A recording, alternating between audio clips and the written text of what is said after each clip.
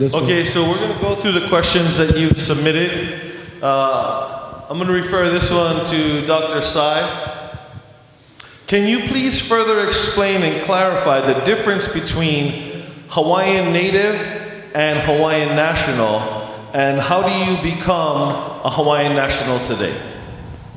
That's a very good question. So first of all, we need to know that the word Hawaiian is a nationality, okay? It's a citizenship.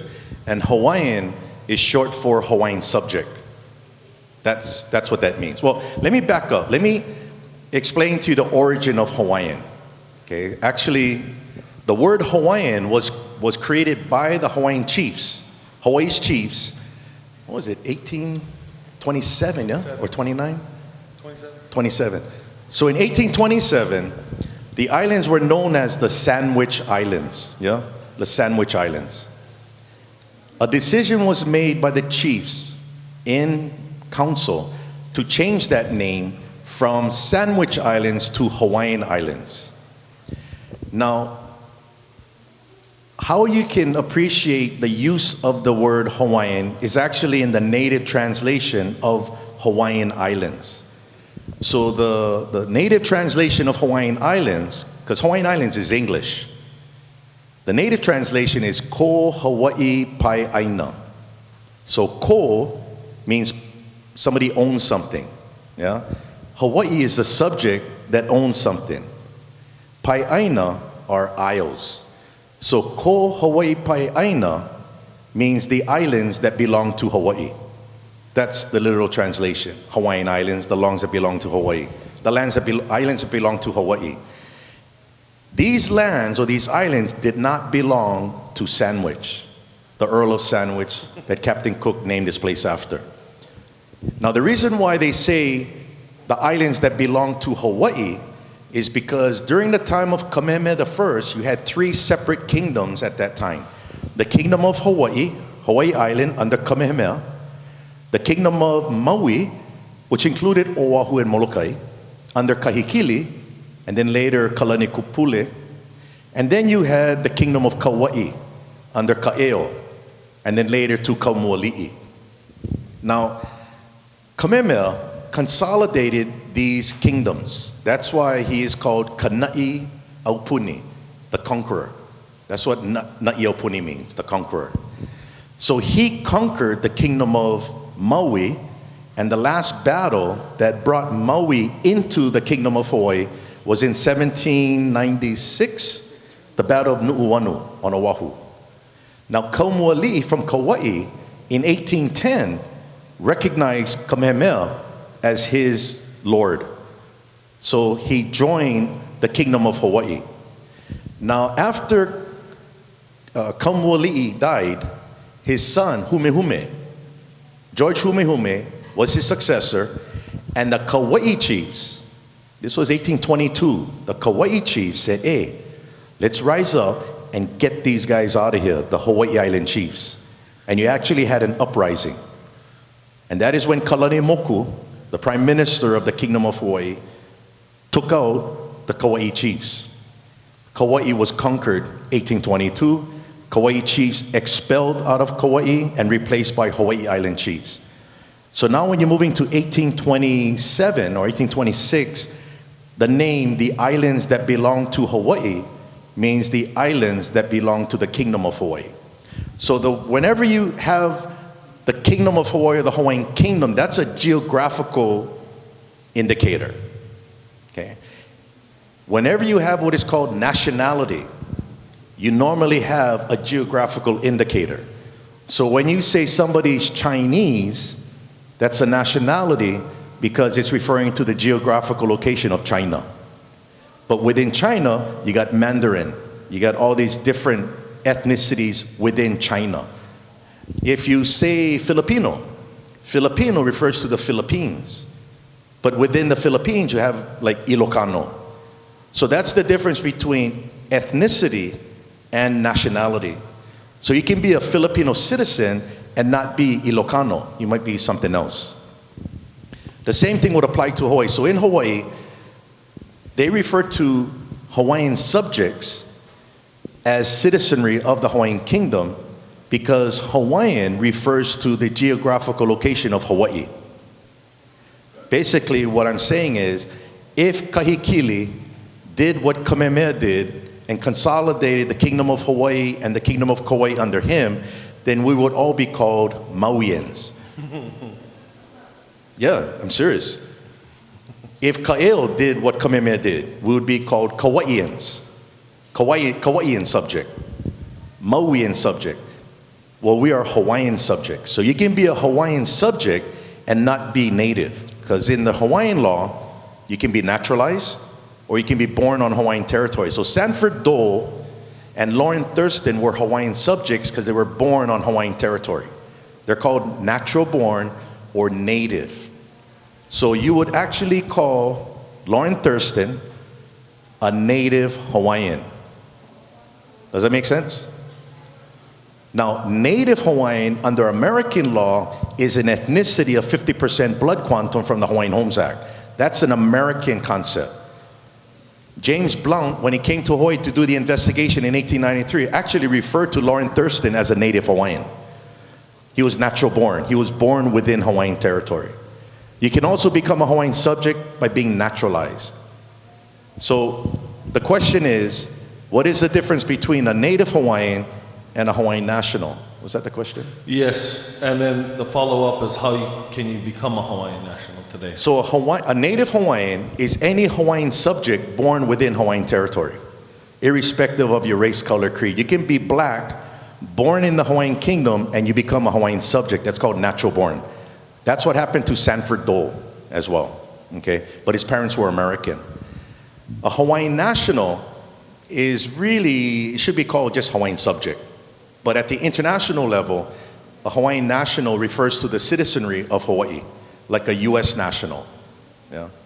Now, under Hawaiian law, previous to 1893, you can become a Hawaiian subject 3 ways.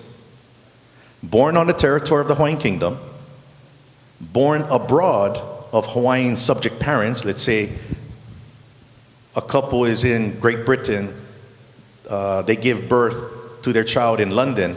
That child is a British by birth, but a Hawaiian by parentage, dual citizen. Just like a Mexican parent giving birth in America, the child is American by birth, but Mexican by parentage, so the child is dual. You can also in the kingdom get naturalized. You can reside in the kingdom for, I believe, 10 years, then you can apply for naturalization.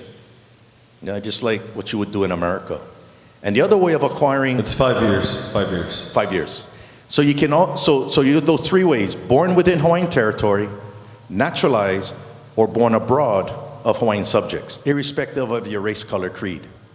Now, once occupation begins, though, international law prevents people from acquiring the citizenship of the occupied state through naturalization, as well as being born on the territory. The reason why you can't get naturalized because that's not the occupied state's government, that's the occupier. The reason why you can't be born on Hawaiian territory because international law prevents that. Otherwise, you would have the occupier flooding the territory with its own citizenry to give birth and overwhelm the national population. That's what Hitler was doing in Poland, sending in Germans, okay? A recent example of that is the Israeli Supreme Court. So the Israeli Supreme Court took up the issues of the Jewish settlements in Palestine because what the Jewish settlement thought was any Israeli born within Palestinian territory acquires Palestinian citizenship.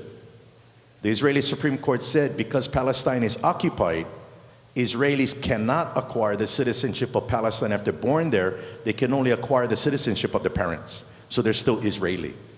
So from 1898 till today, the only way that you can acquire the citizenship of the Hawaiian Kingdom is by parentage. You have to be a direct descendant of a Hawaiian subject before August 12 noon, 1898, which was the beginning of the occupation. So let's say you were French. A French couple was in Hawaii having a tour, and the wife gave birth on August 11th, 1898 at Queen's Hospital. Because Queen's Hospital existed since 1859. Gave birth, that child, born in August 11th, the day before the American occupation began, acquired Hawaiian citizenship by birth, native born, but also French citizenship by parentage. That's a dual citizen.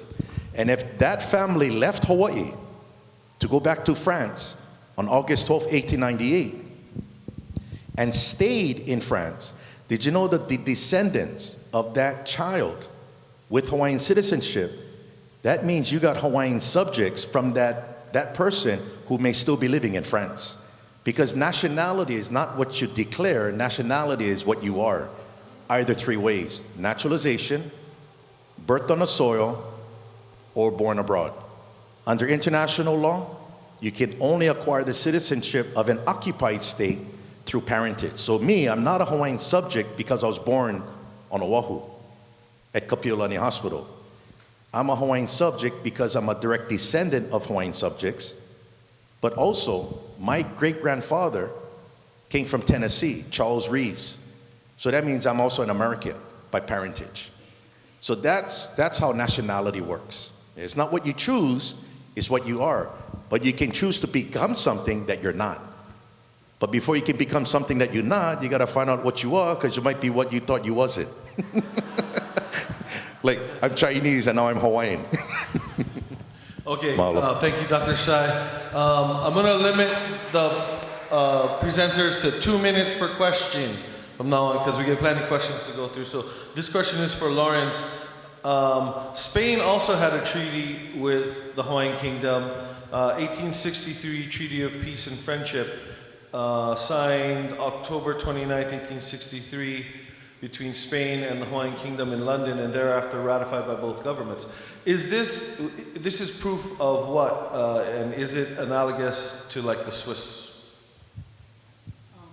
Okay, so that's a very interesting question. Again, I can't probably, I'm afraid I can't conclusively answer it, but I can try to go as far as I can. So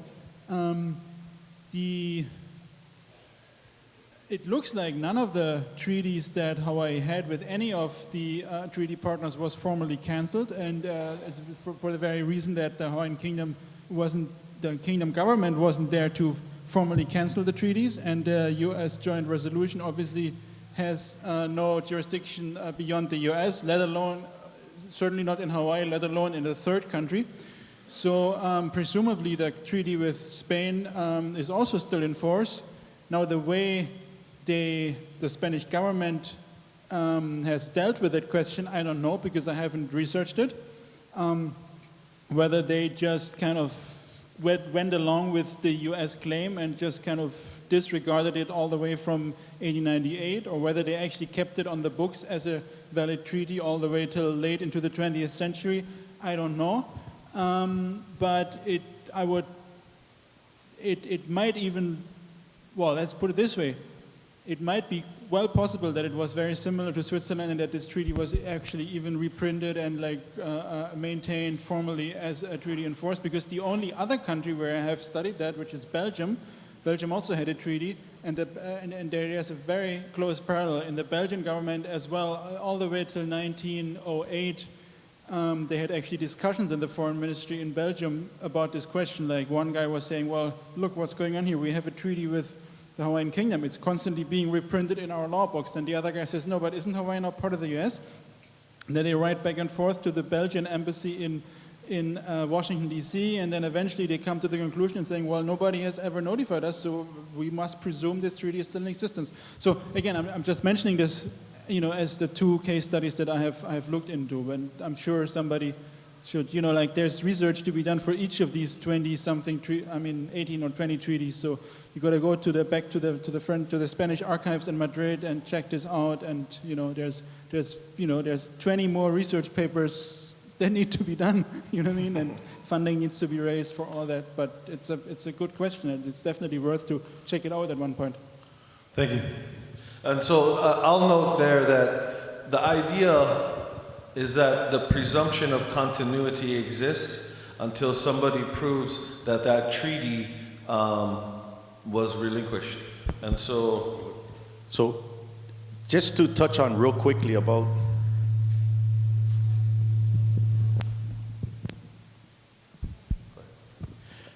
so in every treaty, remember international law is a law between nations, and everything has to happen by consent. In every provision of the treaties, it says that the treaties can be terminated if one of the parties notifies the other of its intent to terminate, and once received by the other party, 12 months will kick in, then the treaty is terminated. So it's not just looking at, let's say, the Spanish archives. An indicator would be look at the Hawaiian archives, and has there been any notice given by Spain to terminate, which there is none. So, but more research does definitely have to get involved, because what Lorenz finds, because he speaks French in the Belgian archives, they're actually talking about this issue of how did the treaty get terminated. That's just as important as trying to find the notice of termination, which doesn't exist. It shows that they know there's no notice, but we have a problem. How can we say the treaty doesn't exist when we don't have a notification from the Hawaiian government? But then how do you get notification from the Hawaiian government when it was illegally overthrown? Who's going to notify you? So in that way, the treaty is all preserved by the fact that we don't have anybody there to notify we want to terminate. And why would you terminate? Those treaties protect citizens who are in Hawaii and Hawaiians in those countries. Yeah. Thank you. So this next question is for you, Keanu. Does restoration of Hawaiian sovereignty necessarily mean the restoration of a monarchy? Okay, so the term restoration of Hawaiian sovereignty, that's the wrong terminology. You're not restoring Hawaiian sovereignty. Hawaiian sovereignty and independence is maintained. That's called continuity of Hawaiian sovereignty. So we don't have to seek restoration of something that we already got. We just need to understand how do you exercise that sovereignty within the context of now Hawaii being occupied. That's different. Yeah. So when you talk about the laws of the occupied state, remember independence? That's Hawaiian law. Those laws exist independent of any laws, including American laws, which cannot be applied here because of independence. So under the laws of occupation, Article 43 of the Hague Convention, okay, says that the occupier is mandated to administer the laws of the occupied state while they're occupying that country. That's Article 43 Hague Convention. Okay? That's precisely what the United States did in Iraq. They were administering Iraqi law because Iraq was still independent. They couldn't administer American law because of Iraqi independence. So the law of occupation mandates the occupier to administer the laws of the occupied state until the occupation ends, and then there's a transition to the Hawaiian government, which will ultimately end the occupation. And there's a process for that. It actually falls under U.S. Army Field Manual 27-5 called military government. Okay? Field Manual 27-10 explains the law of occupation. Now, when we talk about a monarchy, okay, a monarchy is what Hawaii was and is. I can't say it's not, because then I commit treason, no different than the guys in 1893, because what they wanted was a provisional government without a monarchy. Well, they committed treason, and you don't do that. So for Hawaii, it is a constitutional monarchy, but they're in offices. It's a constitutional system with checks and balances. You don't need a monarch to be in the executive position. You can actually have a regency, which serves in the absence of a monarch. Regency means they're not the monarch. They serve in the absence of a monarch. Hawaiian law has that. Hawaiian law also has in the Hawaiian Constitution, Article 24, it says, no one shall sit upon the throne who has been convicted of an infamous crime, insane, or an idiot. I'm serious. That's the wording. So I don't think we're going to be filling that position anytime soon. It's called education. But there is mechanisms to run government, but we need to understand how the Hawaiian Kingdom government operated. You cannot look at the Hawaiian Kingdom government through American law or American concept. It's a completely separate system. That's why education is very important. So it is a monarchy. To understand it, I like it. because it's a constitutional monarchy. And if the monarch, so the last monarch is Queen Liliuokalani, she died without a successor. 2 minutes. Actually, the successor would have been Kuhio, Yeah, it would have been 1922, because he was named as a successor as a prince by Kalakaua. Okay? Now, he died in 1922, meaning the legislature will have to be reconvened to elect by ballot a successor. No different than Kamehameha V died without a successor, and the legislature was convened, and they elected King Lunalilo. Lunalilo did not have a successor after 1 year in office. When he died, the legislature reconvened, and they elected King Kalakaua. So these are two examples of elections, right? It's not based upon blood, you know. It's based upon law and lineage and what we call the stirps. So for Hawaii today, that office is vacant, but a regency can run it until a monarch is qualified to run it. And if that monarch ends up becoming insane or an idiot, that's the check and balance, he's out of there. No, I'm serious. That's why that provision is there. It's not to demean the office. It's to remove that individual if they're not competent. See, I like that. But that is strictly Hawaiian law that stems from Hawaiian history. Yeah. Okay, next question is, how do we implement President Cleveland's restoration of the Hawaiian sovereign government? When you have occupation, occupation is based upon effectiveness, the law of occupation. So an occupier, if its duty and obligation is to administer the laws of an occupied state, it has to be in effective control of that territory in order to administer the laws, right? How do you administer the laws without being in control? The law of occupation says that the occupier must be in effective control, but they don't have the sovereignty, but they're in control of the territory in order to administer the laws of the occupied state. So what that means is the United States, because they're in effective control through the state of Hawaii, they must administer the laws of the occupied state. So that mechanism of the Hawaiian Kingdom government, which now has been hijacked, and now it's called the state of Hawaii, it's the state of Hawaii that actually needs to administer the laws of the occupied state because they are in effective control of 80% of these islands. 20% of the islands, 230,000 acres, is under federal control, called U.S. military bases.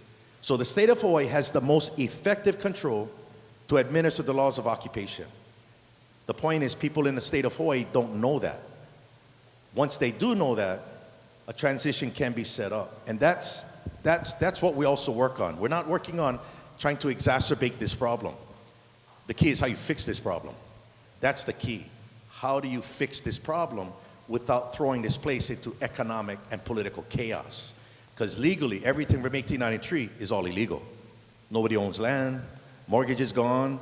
How do you maintain all that, yeah, without shooting yourself in the foot before you run the marathon? That's why education is really important in how you fix the problem. So when I finished my doctoral dissertation, my doctoral committee members asked me, you need to put chapter 5, you got to build it up. How do you fix the problem? So chapter 5 gets into how do you begin to right the wrong. You have to address that. But the bottom line is, you need to understand Hawaii's history and its laws to know how you fix the problem. Give you an example. People look at this engine, yeah? And you open up the hood, and it's a typical Ford combustible engine.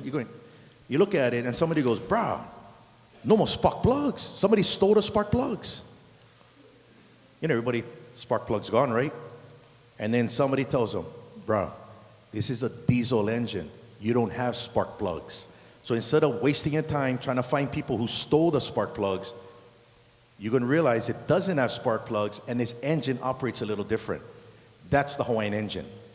Don't come in with the American concept of what is the engine. That's why education is really important, so that you know how to drive. 2 minutes. Yeah? And when you drive, don't bang the car, because we're all going to get hurt. How's about everybody stand down, don't drive, take driver's lessons, and learn. And that's why education is important. But as people get educated, people start to do what they got to do, whether you're attorneys, whatever the case may be. Yeah, thank you. And I'd like to just comment that that's the point of these monthly Halawai sessions that Hui Aloha and Okoa will be putting on, is to really create that education in our community. Next question, Keanu. What are the differences between Hawaiian subject and native tenant? Okay, so when you use the word native tenant, that's not native Hawaiian. Native tenant refers to the Makainana class from the Mahele. So, under Hawaiian law, it was fully recognized that there existed 3 classes of undivided rights in all the lands of Hawaii. The government class, the Konehiki class, and the commoner class called native tenants, okay? Now, when you had the Mahele in 1848, the word Mahele means to divide. Because prior to that, these rights were undivided between 3 classes, almost like a shared ownership.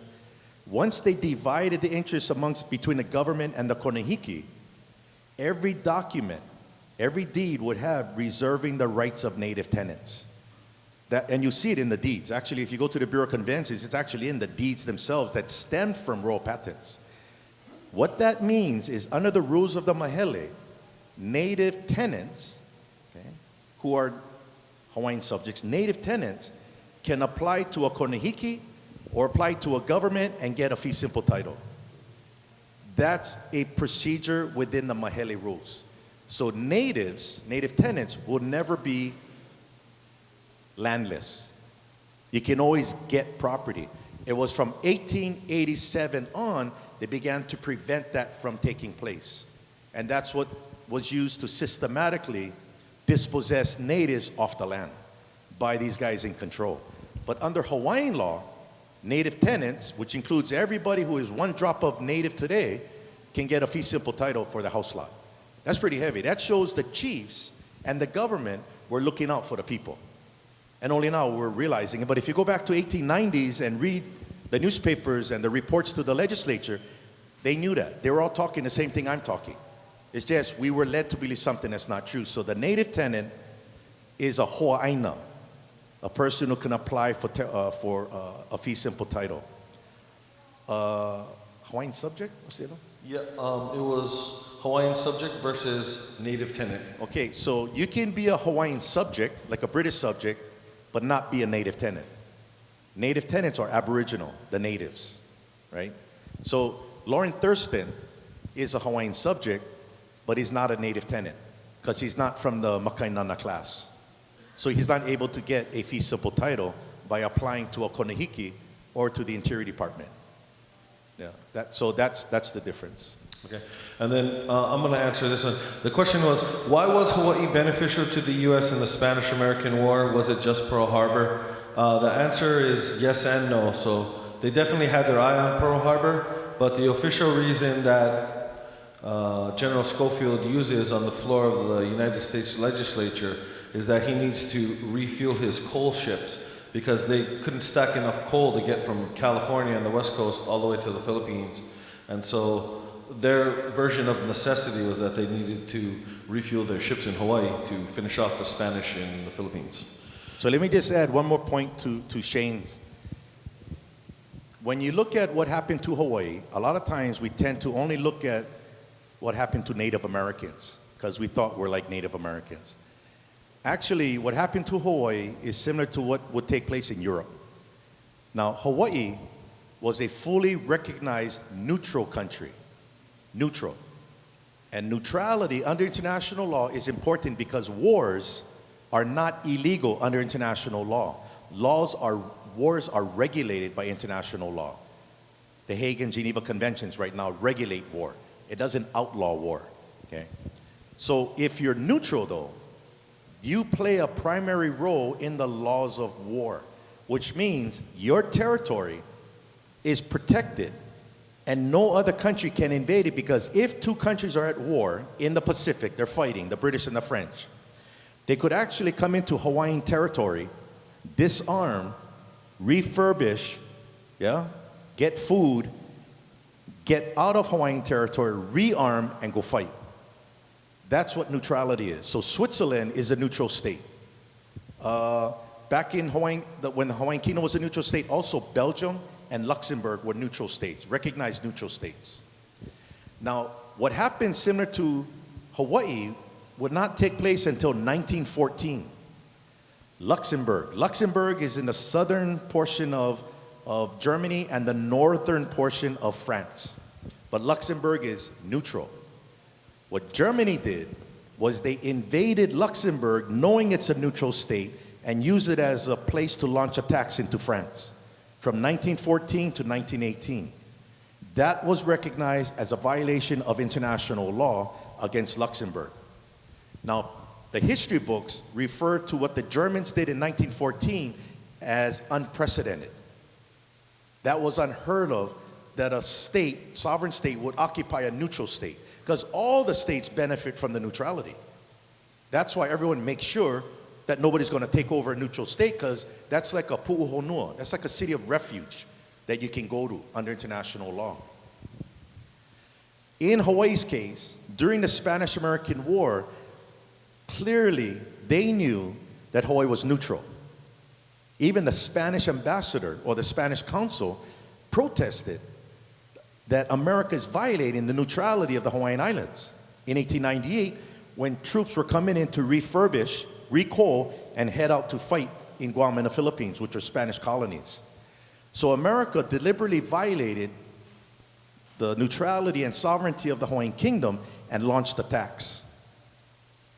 Now that's coming out in the history books. It wasn't Germany that was the first to invade a neutral state. It was the United States because of war. So when you read the paper, the records in the congressional record and the secret session in the Senate, May 31st, 1898, what they're saying is we need to preoccupy Hawaii before another country occupies Hawaii, being neutral, and attack us. That's exactly what Germany was saying regarding Luxembourg before 1914. So it's all that saber rattling.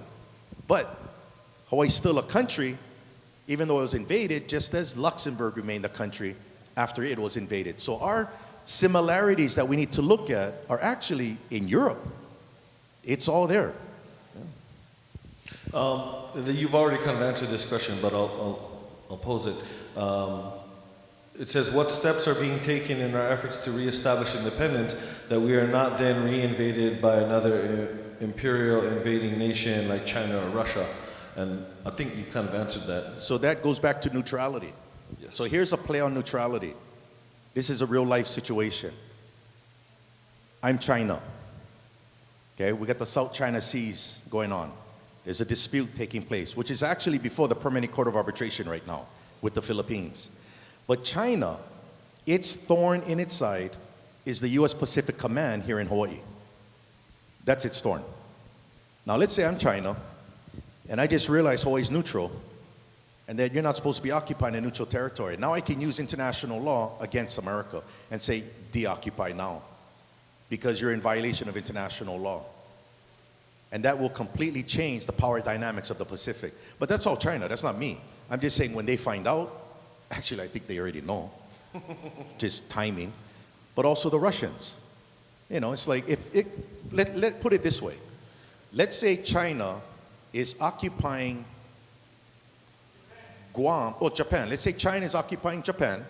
China is occupying Japan, and Japan's neutral, and China has all these bases, and America finds out that Japan is neutral and it didn't consent. Wouldn't you think America's going to try to get China out of Japan? Because it's in their best interest to do that. It's not for Japan. It's for America. That's how things are done at the international level. It's called realist theory. Countries do not do anything unless there is an interest of self-interest, self-help, self-preservation. What is it in the self-interest and self-preservation of China to do something about Hawaii's occupation? That's their kuleana.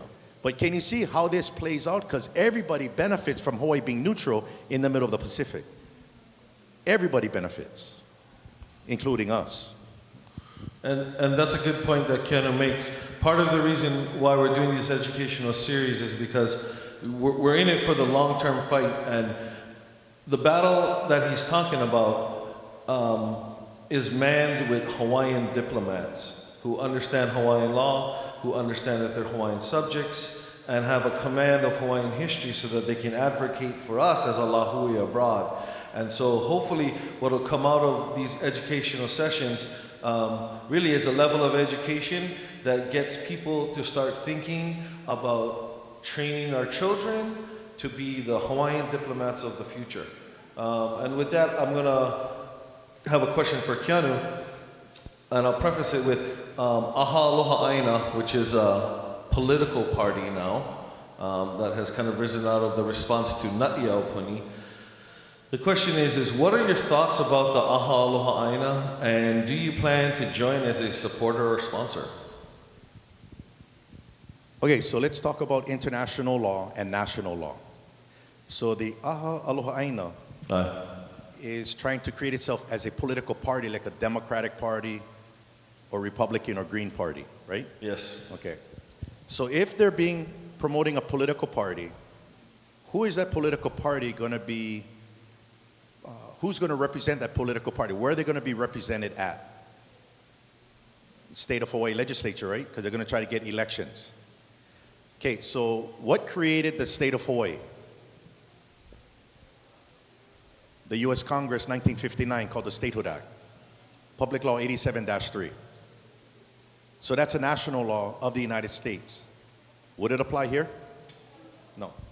So the question then is, where would a political party fit in international law? See, that's the question, not where it fits under American law. Under international law, you have the Hague and Geneva Conventions. Because the occupier is in effective control, did you know that administrative law, which includes voting, they're all suspended. You don't have voting during occupations because it's the wrong government that's running the country. That's across the board. Every country that's occupied, you don't have elections. You only have elections toward the end of the occupation to change the government. You don't have it during. So under international law, there's no place for a political party because you can't elect anybody. And if you do seek to be elected within the state of Hawaii, then that's under American law, which is limited to U.S. territory because there's no treaty. Make sense?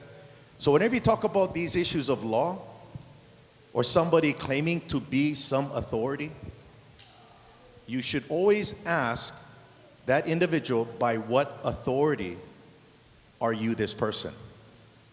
Don't challenge it, say by what authority. So if somebody comes to you and they look like they're a police officer, right? Don't assume they're a police officer. If you kind of notice something's different with the badge, just say, by what authority are you a police officer? Who's your lieutenant? Who's your sergeant? Can I call somebody? And once they start giving you the runaround, then you get an idea they're not who they say they are. So when you talk about these issues of the Na'iaupuni, I recommend don't get into an argument with anybody. Just say, by what authority? Oh, Act 195, Kana'i'olowalu. Okay. So who created Kana'i'olowalu? Oh, State of Hawaii. Oh, who created the State of Hawaii? United States Congress, 1959. Okay, you answered my question. There is no authority. And you walk them right through the chain of command. Instead of trying to argue with the guy, you illegal. No. Hey, Uncle believes in what he wants to believe. You know, I brought up the point earlier where, you know, what if Na'iaupuni voted and the United States Department of Interior recognized Native Hawaiians as a federal tribe tomorrow? Let's say that happened. Question then is, by what authority? So you go, Na'iaupuni, created by Kana'i'olowalu, created by the state of Hawaii, okay, that's illegal.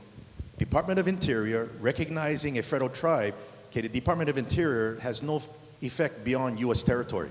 Only the U.S. State Department has. Okay, so actually nothing happened when you look at it that way. Because if anybody should be more concerned about voting, the plebiscite in 1959, over 300,000 people voted, including Native Hawaiians, to be a state. That still didn't mean anything, because Hawaii's not a state. That's an American law. That's why the Permanent Court of Arbitration did not look at U.S. law as affecting the existence of the Hawaiian Kingdom as a state, because it's not international law. It's not a treaty, it's not a principle, and it's not coming out of some court decision of international tribunal. So once you start to use these ideas to understand, then things make more sense. Then we don't get angry with each other. You just go, okay, Uncle, it's all good. But Uncle really believes he's something. Hey, it's okay, because it didn't change anything. To me, just chalk it up to brainwashing. Uncle is an example. He's the evidence of the crime. He's not the crime itself. He actually believes something that's not true. Why bash him? Just go, Uncle, it's okay. And that's where we have to show compassion, yeah, in the face of people who get arrogant, because the water gourd is very, it's not filled with a lot of water. You hear a lot of swishing. The best thing you can do is embrace the guy. Hey, it's okay. Why you think the world coming to an end? It's okay. Because you know what? You see me getting pissed off? I've been doing this for years. Actually, I smile because I know everything's okay, because it's not what we're doing now. It's what our kupunas did in the past. We just need to understand what they did. Then you start to look at them going, wow. Wow. He's like, whoa, I didn't know. See, all of a sudden, your kupuna takes on a different image. And then, because now we know Hawaiians are not just native, now a Chinese guy is like, wow. Give you an example, Sun Yat-sen. He's the father of China. Sun Yat-sen. He said he learned what it is to be living in a civilized country with laws. You know what he was referring to? The Hawaiian Kingdom. Sun Yat-sen went to Iolani in the 1870s. King Kalakaua gave him an award for the best essay. That's King Kalakaua giving the future of China, the man of China, Sun Yat-sen. And for him to say he learned what is democracy and laws and all these things, people thought he was talking about America. No. Sun Yat-sen was Chinese. You try to be Chinese in America in the 1800s, it's called the Chinese Exclusionary Act. You were totally discriminated against. He learned it in Hawaii. So these are the kind of things that we need to know. Even Sun Yat-sen benefited from our country. So it's not a native thing. This is a national thing. And people who signed the signature petition of 1897 against annexation, did you know it wasn't just Hawaiian subjects? You also had American citizens signing that. You had British signing it. That's interesting. That's interesting. Because here we're looking at ethnic, and then we find out, no, this is law. And people who loved Hawaii weren't just Hawaiian subjects, but included Americans. And they were against it. So we got to keep all these things in mind, and that's why there's so much to learn from our past, yeah, which will ultimately guide us into our future. Thank you. So this question is for both of you. The question is, will your slideshows and speeches be available online? I know we're recording it, and so we're going to have a Facebook page sometime soon, but if you sign up on the list over here on the left, and you put your email on there, we can send you a link to the videos, and at some point we'll try to get the slides available too. The other question is, and this is kind of a broad question, you can try and keep it to 2 minutes, probably impossible.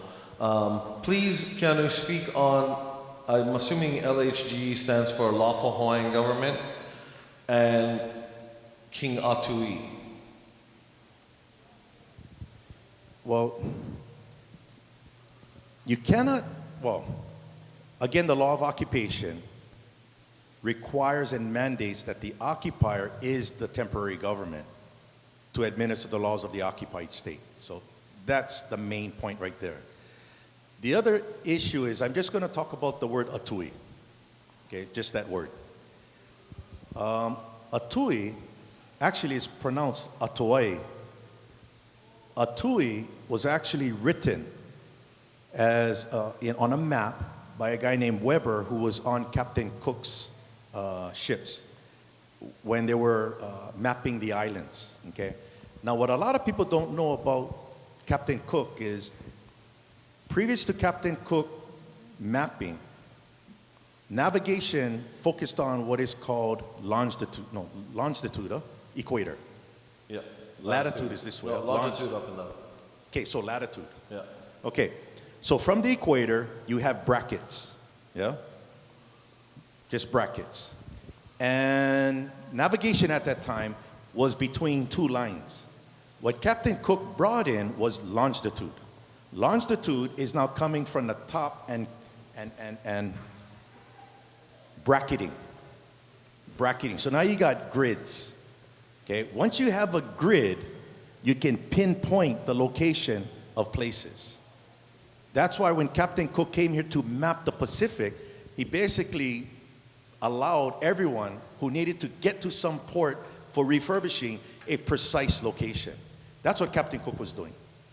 So when he was mapping the islands, I guess Weber or one of the Cook's men would say, and the first island he stumbled across was Kauai. What do you call this place?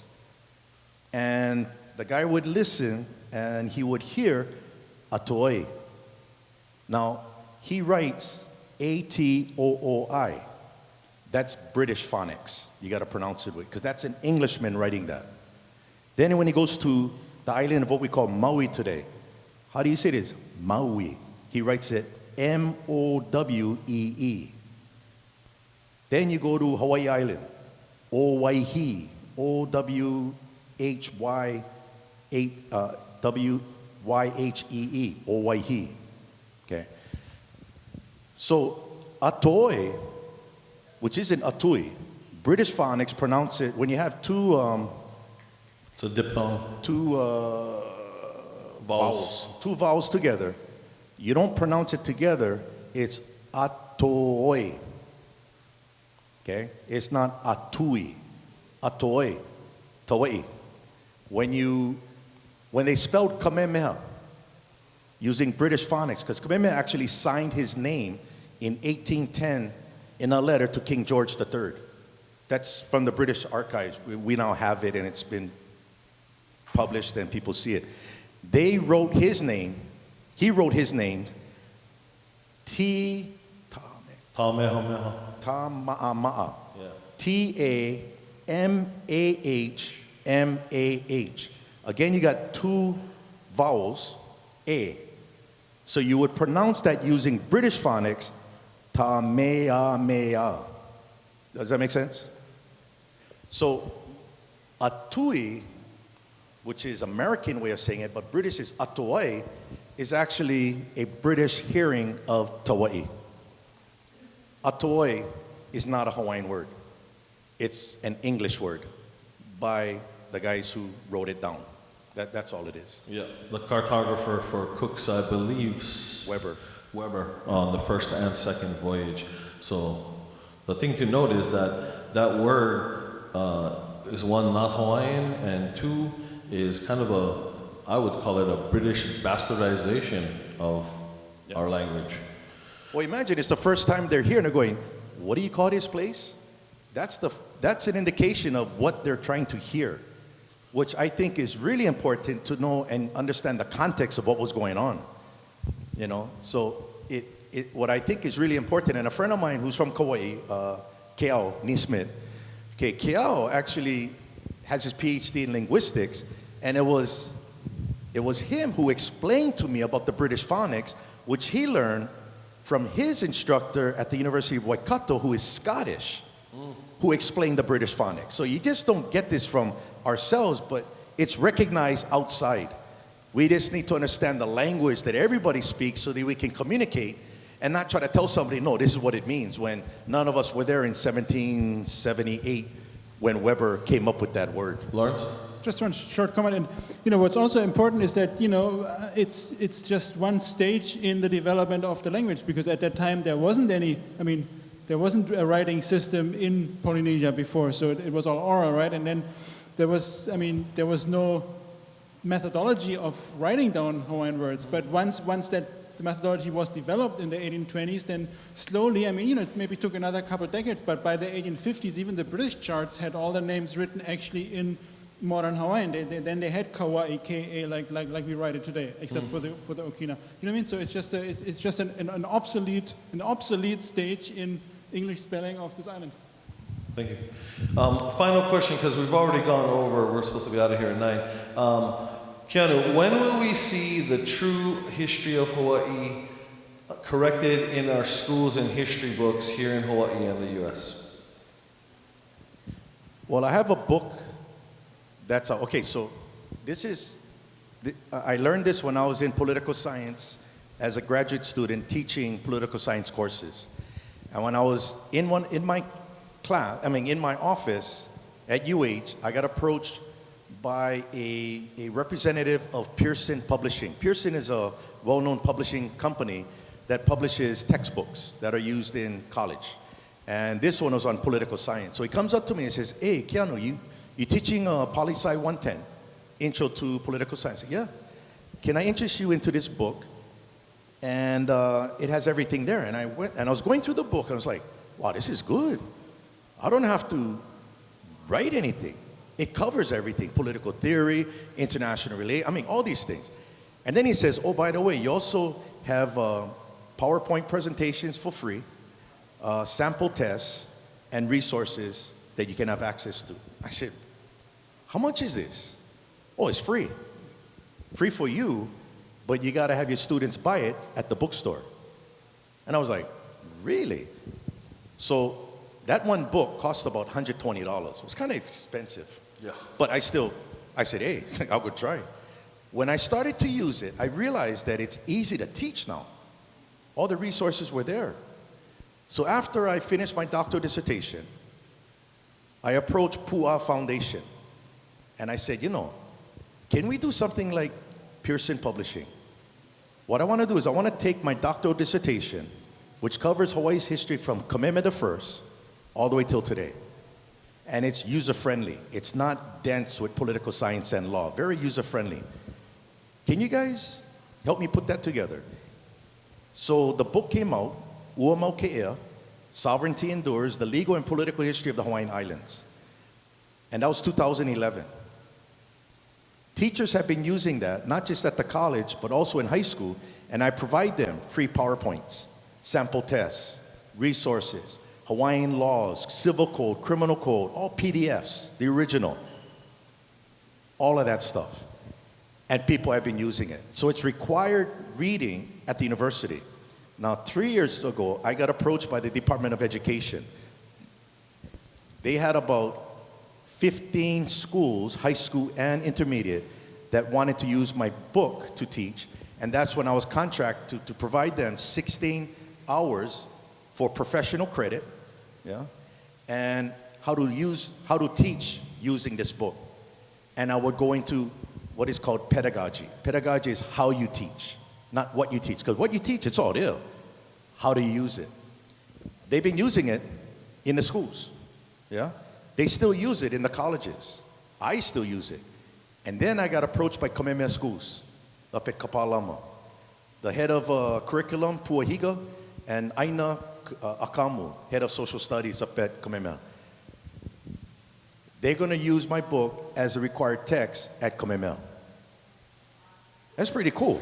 Yeah. And what I stressed with them was, when you teach Hawaiian history, Hawaii's history, teach it historically, not politically. Don't pick a side, just teach it. Let the documents speak for themselves. Teach it like you're teaching the Civil War of America. Don't pick a side. Just explain. And that's what I was doing with the teachers. Just teach historically. And when you're in doubt, slow down. Don't make it up. And call me at any time. Contact me by email, which they have, and I'll try to give some advice on how to do it. Because the key here is education. And we have to counter what started in 1906, denationalization. Remember that program for patriotic exercises? We got to counter that. And we counter that by education. And it doesn't matter who's educating, and it doesn't matter who's getting educated. Just make sure it's done responsibly. That's the approach. And one time we came up with actually one of the schools was a high school in on the Lihue, Waimea. Is there a Waimea high school? Yeah, Waimea. Okay, there was an instructor at Waimea that was in this professional development for the DOE. And we actually I came up with a scenario. So I said, okay, let's say that one of your students, their parents belong to a sovereignty group. How are you going to teach this? That was one of the questions. How do you teach it without alienating the child? How do you teach it without name calling or saying anything? And that became a topic of discussion. And what I provided them was, don't try to teach to change, teach to understand. So explain what happened in 1893, why the government was overthrown illegally according to the United States acknowledgement, James Blount. Talk about Lihue Okalani's agreement, the government not being reinstated and Hawaii is occupied. Then what you'll naturally find is the child is going to go, oh, okay. It's not an issue about the uncle and the sovereignty movement because the sovereignty movement doesn't apply if Hawaii is still a country. Then the child can explain to the dad or the mom or the uncle, hey, you know what I learned in school? So it's really how to teach to not just the students, but also to have the students share with the parents without alienating the parents. See, we're dealing with a lot of brainwashing and indoctrination, and we all believed in what we were doing, but it may not be necessarily correct. So I want to end it with this. I tell my wife I'm never wrong. I'm serious, I'm never wrong, you know. I'm just temporarily off track. My wife is never wrong. She's just temporarily off track. I think if we can look at each other and say, you know what, this is not about being right or wrong. You're just temporarily off track. Let me help you with some information. Because I hope you would help me with some information if you find out I was a little off track too. If we take that approach, we don't alienate, yeah? We embrace, yeah? And that's the approach that we have to do. So we have to really understand what is kuleana, what is responsibility, and what is ha'a. And sometimes uncle goes off, and you're like, oh, it's okay, uncle, I gotta go. You know, no need to get into an argument. Let's go, hey, uncle, it's good. And then slowly talk. And then pretty soon, uncle gonna find out what it is, but he's gonna have to admit, maybe it wasn't wrong. He's gonna tell you, hey, bro, you know what I learned? See, then he's like everybody else. And I think that's the key for all of us, yeah? And that's what myself, Lorenz, we all teach at the university. Shane teaches. The key, teaching is hard, you know, because you're dealing with people from different aspects of life. How do you keep their attention? How do you get them to understand? I have a lot of respect for teachers, yeah? And we are in that teaching mode, and sometimes you got to be very humble when people don't like what you're teaching, but they can't deny it. It just takes time. So you got to get creative. Yeah. Mahalo. Thank you, Keanu and Lorenz. About a round of applause for them. Thank you very much, guys. And mahalo to all of you for attending this month's monthly installment of Halawai Ku okoa. We'll be running one next month and the month after that until we really get everybody on a level educational field. So thank you for coming and being a part of this evening. Mahalo.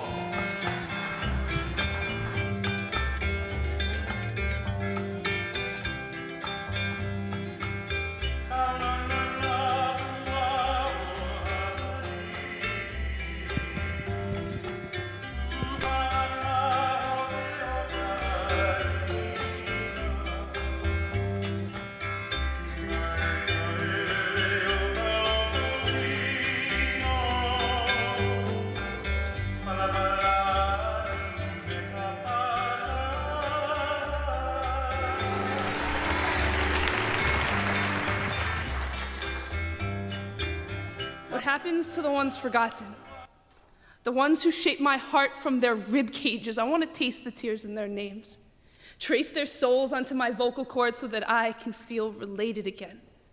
But I have forgotten my father's own grandparents' middle names, forgotten what color thread God used to sew me together with. But there is a culture, a people, somewhere beneath my skin that I've been searching for since I landed here, but it's hard to feel sometimes. Because at Stanford, we are innovative. The city of Macintosh breeds thinkers of tomorrow, so I have forgotten how to remember. But our roots cannot remember themselves, and will not remember how to dance unless we are chanting for them, and will not sing unless we are listening, but our tongues feel too foreign in our own mouths, we don't dare speak out loud. So we can't even pronounce our own parents' names. And who will care to remember mine if I don't teach them? I want to teach my future children how to spell family with my middle name, Heoli Mele Kalani, how to feel love with Kamaka Viva Ole, how to taste the culture in the Kumulipo.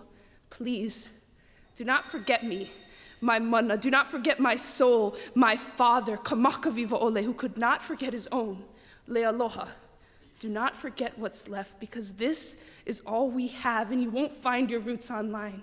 We have no dances or chants if we have no history, just rants. No roots, just tears. This is all I have of my family history that's real, and now it's yours.